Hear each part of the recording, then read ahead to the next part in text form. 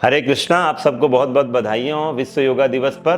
पूरी दुनिया जो है योगा को सेलिब्रेट कर रही है। Yoga has become norms of the day.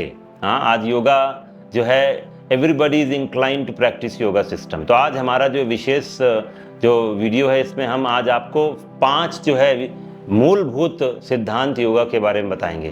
तो बहुत ध्यान से आप सुनिएगा। इसको सुनने से आपके जो है मन में योगा के प्रति जितना भी भ्रांत धारणाएं हैं वो हट जाएंगी और सही धारणा को स्थापित कर दिया जाएगा। तो please make sure you here it very attentively. पहला जो हमारा आज का जो विषय है वो है योग है क्या, होता क्या है योग। तो योग का मतलब क्या है, इसको बेसिकली हमारे श्रील प्रभुपाद जी बताते हैं। Yoga means it's like addition plus. हाँ, जब आप दो चीज़ों को जोड़ते हैं तो जोड़ होता है। तो योग का मतलब होता है किनका जोड़, शरीर का जोड़ या मन का जोड़, किसका जोड़, किससे जोड़ना है। तो योग का मतलब होता है जब हम आत्मा को भगवान से जोड़ते हैं। आत्मा को भगवान से जोड़ने की प्रक्रिया को योग बोला जाता है। Yoga doesn't mean that you just take care of your body. शरीर का ध्यान देना ही योग नहीं है। आजकल आप देखेंगे विश्व योगा दिवस पर ज़्यादातर जब भी आप योग पर सर्च करेंगे, गूगल सर्च करेंगे, लोगों को क्या लगता है 2 मिनट एक्सरसाइज कर लिया, व्यायाम कर लिया, थोड़ा सा फैट बढ़ गया था उसको कम कर लिया तो योग हो गया। No, this is a wrong idea which is being propagated nowadays in the modern society. Yoga means जब हम अपने आत्मा को जब हम भगवान से जोड़ते हैं, इसको योग बोला जाता है। और इसके लिए हम आगे आपको बताएंगे कौन कौन से योगा सिस्टम्स होते हैं। आज का दूसरा हमारा जो पॉइंट है कि योग जो है किनको करना चाहिए, योगाभ्यास किसके लिए बना है। तो जैसा कि मैंने पहले प्रश्न के उत्तर में बताया, आत्मा को भगवान से जोड़ना योग बोला जाता है। तो हम सब जीव आत्माएं हैं। हाँ, हम सब जो है भगवान के अंश हैं। तो जाहिर सी बात है everyone has right to practise yoga. But the problem is when we think that yoga practice just like an asana. कोई आसन व्यायाम करना है तो हो सकता है छोटे बच्चों को लगे कि जो है अरे ये तो मेरे लिए नहीं बना है। बट योगाभ्यास मतलब जब आप आत्मा को भगवान से जोड़ते हैं। तो there are many types of yoga system, जिसकी वजह से हम हो सकता है कोई योगा सिस्टम कोई ना प्रैक्टिस कर पाए, बट योग इज मेंट फॉर एवरीवन। सबको भगवान से जुड़ने का अधिकार है। तो इसलिए योग का अभ्यास सब कोई कर सकता है। तीसरा आज का हमारा पॉइंट है, योग अभ्यास करने के लिए हम किस पुस्तक का या सहारा लें या कहां से सीखें, कहां से सुने, which is authentic source of yoga system. तो मैंने जैसा पहले प्रश्न बोला था, योग भगवान से जुड़ने के लिए किया जाता है। और हमारे श्री कृष्ण जो है उनका नाम ही है योगेश्वर। हाँ, योगेश्वर।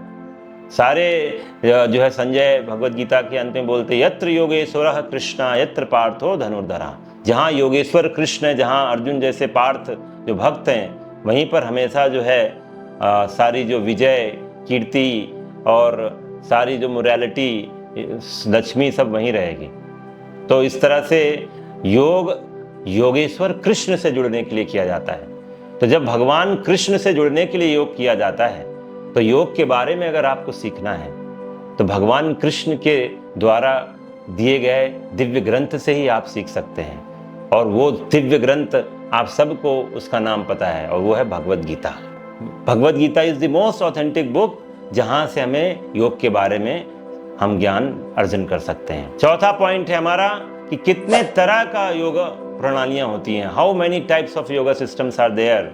तो मैंने जैसा बोला कि हम अगर योग के बारे में जानना चाहते हैं तो हमें योगेश्वर कृष्ण से जानना होगा। तो भगवत गीता में भगवान ने 4 योगा सिस्टम के बारे में बताया है, कर्म योग, ज्ञान योग, ध्यान योग एंड भक्ति योग। और कर्म योग से ऊपर है ज्ञान योग, ज्ञान योग से ऊपर है Dhyana Yoga, and finally Krishna in Bhagavad Gita what he says, Bhakti Yoga is the top most yoga system. Because Bhakti yoga includes all the previous yoga systems. भगवान भगवत गीता के 6वें अध्याय के 47वें श्लोक में बता रहे हैं कि भक्ति योग जो है वो सबसे सर्वश्रेष्ठ योग सिस्टम है। योगिनामपि सर्वेषां मद्गतेन्तरात्मना श्रद्धावान भजते यो मां सा मे युक्त तमो मतः।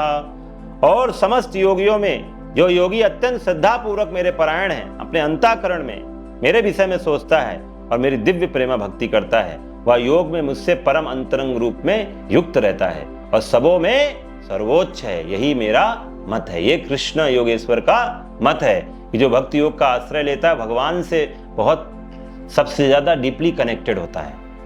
और योग मतलब कनेक्शन, तो जो डीपली कनेक्शन है वो भक्ति योग में भगवान से होता है।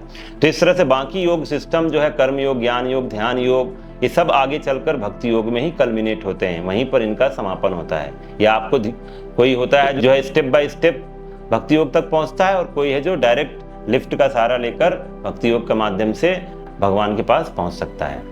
पांचवा जो प्रश्न है कि आज के मॉडर्न एज में हम कैसे योग को प्रैक्टिस करें। इतना डिस्टर्बेंस है सोसाइटी में, इतना तरह का डिस्ट्रैक्शन है, आज जो है मन एक जगह पर सधता नहीं है। क्या विधि है आज योगा को, कौन सी योग को हम प्रैक्टिस करें?